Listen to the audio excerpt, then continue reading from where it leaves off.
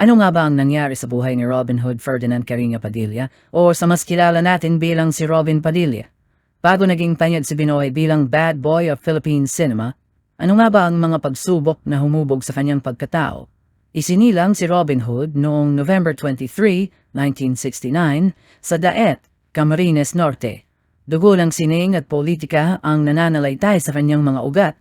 Ang kanyang ama ay ang tanyag na aktor at gobernador ng Camarines Norte na si Casimiro Roy Padilla Sr. Habang ang kanyang ina naman ay ang dating aktres na si Lolita Eva Carreño.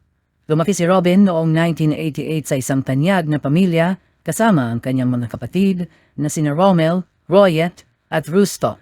Ngunit bago pa man sumapit ang kanyang hustong gulang, nakatikim na ng matitinding dalamhati ang batang si Robin.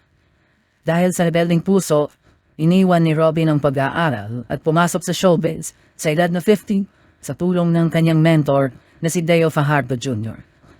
Noong pumasok ang dekada 90, sumabog ang kanyang kasikatan sa mga pelikulang Bad Boy at maging sino pa man. Ngunit ang mabilis na pag-akyab ay may kasamang matatarik na bangit.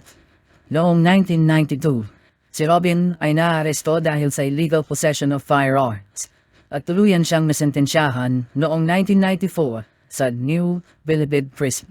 Sa loob ng madilim na selda, natagpuan ni Robin ang kanyang pinakamalaking liwanag. Niyakap niya ang relihiyong Islam at tinanggap ang pangalang Abdul Aziz at noong 1998, binigyan siya ng conditional pardon ni President Fidel V. Ramos upang makalaya at noong 2016 ay tuluyang binigyan ng absolute pardon ni President Rodrigo Duterte. Ang pagbabagong ito ang nagbukas ng bagong pinto. Noong taong 2022, gumawa siya ng isa pang kasaysayan mula sa pagiging bad boy ng pelikula. Hinarap niya ang bagong yugto ng kanyang buhay bilang isang senador ng Republika ng Pilipinas.